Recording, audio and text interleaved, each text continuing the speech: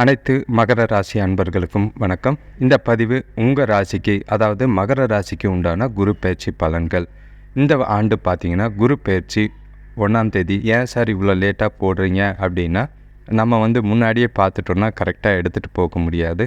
So குரு பயிற்சி அன்னைக்கு இந்த குரு பலனை கேட்கறது எல்லாருக்கும் பலனாக இருக்கும்.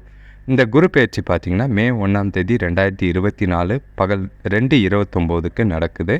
அன்னையோட நட்சத்திரம் பார்த்திங்கன்னா திருவோண நட்சத்திரம், ராசி மகர ராசி, சிம்ம லக்னத்தில் இருக்கும் போது குரு பயிற்சி நடக்குது. அஷ்டமி திதியில் குரு பயிற்சி நடக்கிறதுனால நீங்கள் முடிஞ்ச அளவுக்கு பரிகாரத்தை இல்லை நாளை கொஞ்சம் கோயிலுக்கு போயிட்டு வர்றது நல்லதாக இருக்கும். இப்போ குரு பயிற்சியில் கிரகநிலைகளை எடுத்து பார்த்தோம்னா, உங்களுக்கு நீங்கள் மகர ராசிங்கிறனால மேஷராசியான 4ஆம் வீட்டில் சூரியனும் சுக்கிரனும் இருக்காங்க. அது நல்ல பாசிட்டிவாக இருக்குது. அதே மாதிரி 5ஆம் வீட்டுக்கு குரு போகிறது பார்த்திங்கன்னா, அதாவது 4ஆம் வீட்டில் இருந்து 5ஆம் வீட்டுக்கு குரு போகிறது நல்ல ஒரு பலனை தரக்கூடிய பயிற்சியாக தான் இந்த ஆண்டு இருக்குது. அதே மாதிரி உங்களோட அதிர்ஷ்டம் 9ஆம் இடமான கன்னி ராசியில் கேது இருக்கிறது கொஞ்சம் நெகட்டிவாக இருந்தாலும் குருவோட பார்வை கேது மேலே இருக்கிறதுனால உங்களுக்கு நல்ல பலன் தரும். உங்கள் ராசியிலேயே சந்திரன் இருக்கிறதுனால உங்களுக்கு கொஞ்சம் நல்ல பலனை தரக்கூடிய பயிற்சியாக தான் இந்த காலம் இருக்குது. சனி பகவான் பார்த்திங்கன்னா உங்களோட ராசிக்கு 2ஆம் வீடான மகரத்தில் இருக்கார். அது அவரோட சொந்த வீடுங்கிறதுனால பெரிய பாதிப்புகள் எதுவும் இருக்காது. 7.5 சனி பிடியில் இருக்கிறதுனால கொஞ்சம் காலகட்டங்கள் அமைதியாக போகிறது நல்லது.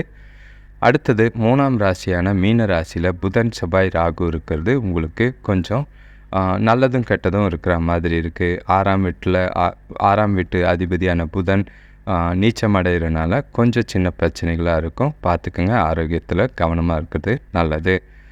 இப்போது குரு பயிற்சியை பொறுத்தளவுக்கு இது போகிறதுக்கு முன்னாடி பொது பலனில் எந்தெந்த ராசிக்கு உண்டான பரிகாரங்கள் எங்கே செய்யணும், எப்போ செய்யணும், என்ன செய்யலாம் அப்படிங்கிறத போட்டிருக்கேன். அதை படிச்சுட்டு இந்த பலனை படிக்கிறது உங்களோட ராசிக்கு உகந்ததாக இருக்கும்.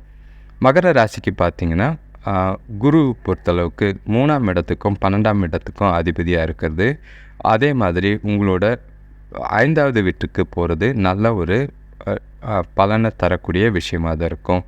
மாணவர்களுக்கு பார்த்திங்கன்னா படிக்கணும் அப்படிங்கிற நல்ல பலனை தரக்கூடிய ஆண்டாக தான் இருக்குது. முன்னேற்றங்கள், படிப்பில் முன்னேற்றங்கள், மேற்படிப்பு படிக்கிறதுக்கு உண்டான வாய்ப்புகள் இந்த காலகட்டத்தில் அமையிறதுக்கு வாய்ப்பு இருக்குது. இந்த காலகட்டத்தில் மதம் இல்லைன்னா ஆன்மீகம் சிந்தனைகள் எழற மாதிரி இருக்கும். உங்களோட சமூக நல எண்ணங்களை உங்களுக்குள்ளே பிறக்கிறதுக்கு வாய்ப்பு இருக்குது. அதனால் சோஷியல் ஆக்டிவிட்டியில் நிறைய இன்வால்மெண்ட் இருக்கும். உங்களோட மனசும் மூளையும் அறிவும் நல்ல ஒரு ப்ராடாக திங்கிங் செய்கிற மாதிரி இருக்கும். எதிர்காலத்துக்கு உண்டான செயல்களை இப்போ செய்கிற மாதிரி இருக்குது. உங்களோட குழந்தைகளும் இந்த காலகட்டத்தில் உங்ககிட்ட கீழ்ப்படிஞ்சு இருக்கிறதுக்கும் அவங்கக்கிட்ட இருந்து நிறைய மகிழ்ச்சி பெறக்கூடிய விஷயமா இருக்கும். பூர்வீகத்தில் எந்த ஒரு பிரச்சனை இருந்தாலும் அது தீர்றதுக்கான வாய்ப்புகள் நிறைய இருக்குது. நீங்கள் திருமணமானவராக இருந்தீங்கன்னா இந்த காலகட்டத்தில் குழந்தை பெற வாய்ப்புகள் அதிகமாக இருக்குது. திருமணம் நடக்க வாய்ப்பு இருக்குது. அதே மாதிரி திருமண முயற்சிகளில் நல்ல ஒரு முன்னேற்றமும் பலனும் தரக்கூடிய ஆண்டாக தான் இந்த காலகட்டம் இருக்குது. உங்களோட துணைக்கிட்டேயும் குடும்பத்தோடவையும் இந்த காலகட்டம் சுமூகமாக சந்தோஷமாக வாழக்கூடிய காலகட்டமாக இருக்குது. உங்களோட உறவும் நல்ல ஒரு மெச்சூரிட்டி அடைகிற மாதிரி இருக்குது. எல்லா வித உறவும் உங்களுக்கு ஆதரவாக இருக்கிற மாதிரி இருக்கும். அதனால் எந்த ஒரு பிரச்சனையும் கிடையாது. வாழ்க்கையை ஈஸியாக இந்த ஆண்டு கொண்டு போகிறதுக்கு வாய்ப்புகள் இருக்குது. இப்போ குரு பயிற்சியை பொறுத்தளவுக்கு இந்த காலகட்டத்தில் 9ஆம் வீடு, 11ஆம் வீடு, அதுக்கப்புறம் உங்கள் வீட்டை குரு பார்வை இருக்கிறதுனால கல்விக்காக பயணம் போகிற மாதிரி இருக்கும். குறிப்பாக மாணவர்கள் இல்லை மேற்படிப்பு போகிறதுக்கு உண்டான வாய்ப்புகள் நல்லாவே இருக்கும்.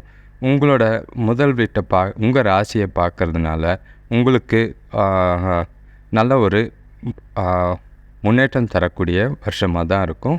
அதாவது நீங்கள் எடுக்கிற முடிவுகள் உங்களுக்கு பயனுள்ளதாக இருக்கும். வருமானத்தில் 11ஆம் வீட்டை பார்க்குற பார்வையால் வருமானத்தில் நல்ல ஒரு உயர்வு அடைகிற மாதிரி இருக்கும். வேலை செய்கிறவங்களுக்கு பதவி உயர்வு, ஊதிய உயர்வு ஏற்பட வாய்ப்புகள் அதிகமாக இருக்குது.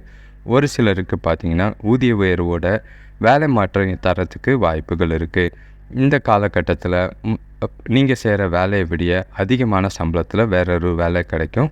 குறிப்பாக ஒன்று சொல்லிடுறேன், வேலை கிடைச்சப்புறம் ரிசைன் பண்ணுறது நல்லது. அதே மாதிரி பார்த்திங்கன்னா நல்ல ஒரு இந்த காலகட்டம் வரவும் செலவும் உங்கள் கையில் இருக்கிற மாதிரி இருக்குது. வருமானம் அதிகமாகிறதுக்கு வாய்ப்பு இருக்குது. உங்கள் மனசில் தெளிவான எண்ணங்கள் ஓடும். அதே மாதிரி நீங்கள் செய்யக்கூடிய காரியங்களில் எல்லாமே சிந்தித்து செயல்படக்கூடிய காலமாக தான் இருக்குது. நல்ல ஒரு முன்னேற்றம் தர வேண்டிய காலமாக தான் இருக்குது.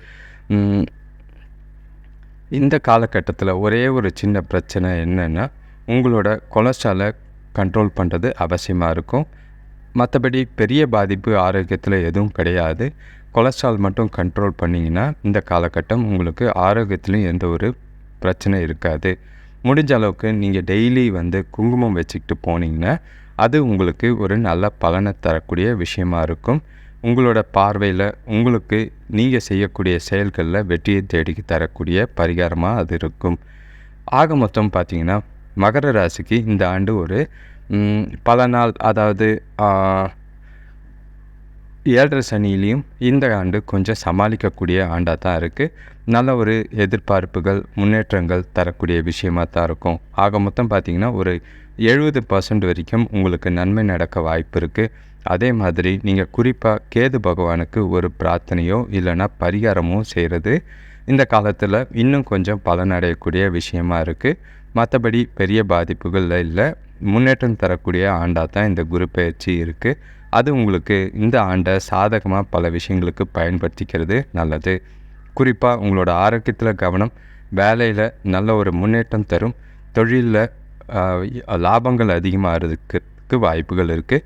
கல்வித்தரம் உயர்கிறதுக்கும் மாணவர்களுக்கு அதிகமான வாய்ப்பு. திருமணமானவர்களுக்கு குறிப்பாக பிள்ளை பேர், திருமண முயற்சிகள், சுபகாரிய நிகழ்ச்சிகள் எல்லாமே ஒரு நல்ல ஒரு முன்னேற்றத்தை தரக்கூடிய ஆண்டாக தான் இது இருக்குது.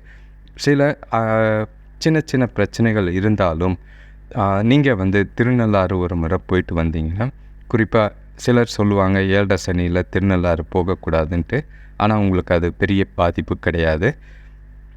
ஒரு முறை திருநள்ளாறு போயிட்டு வரதும், காலாஸ்தி இல்லைன்னா வேறு ஏதாவது கேது ஸ்தலத்துக்கு, ராகு கேது ஸ்தலத்துக்கு போய் பரிகாரம் பண்ணுறது உங்களுக்கு இந்த ஆண்டை அதிகமான சிறப்பு வாய்ந்ததாகவும் மிகவும் பயனுள்ளதாகவும் மாற்றிக்கிறதுக்கு உதவியாக இருக்கும். ஆக மொத்தம் மகர ராசிக்கு இந்த ஆண்டு ஒரு குறிப்பிட்ட சிறப்பான ஆண்டாக தான் அமையப்போகுது. வாழ்த்துக்கள். நீங்கள் முடிஞ்ச அளவுக்கு இந்த பலன் வீடியோவை ஷேர் பண்ணுங்கள், உங்களோட ஃப்ரெண்ட்ஸுங்களுக்கு ஷேர் பண்ணுங்கள். அதை மாதிரி லைவ் பரிகார பலன்கள் இல்லைன்னா ஜோதிட பலன்கள் லைவாக போடுறதுக்கு விருப்பங்கள் நிறைய இருக்குது. அதை செய்கிறதுக்கு சரியான மக்கள் தேவை. அதனால் நீங்கள் ஷேர் பண்ணிங்கன்னா அதிகமான வியூவர்ஸ் வரும்போது நிறைய வீடியோஸ் போடுறதுக்கு அமைப்பாக இருக்கும். நன்றி, வணக்கம்.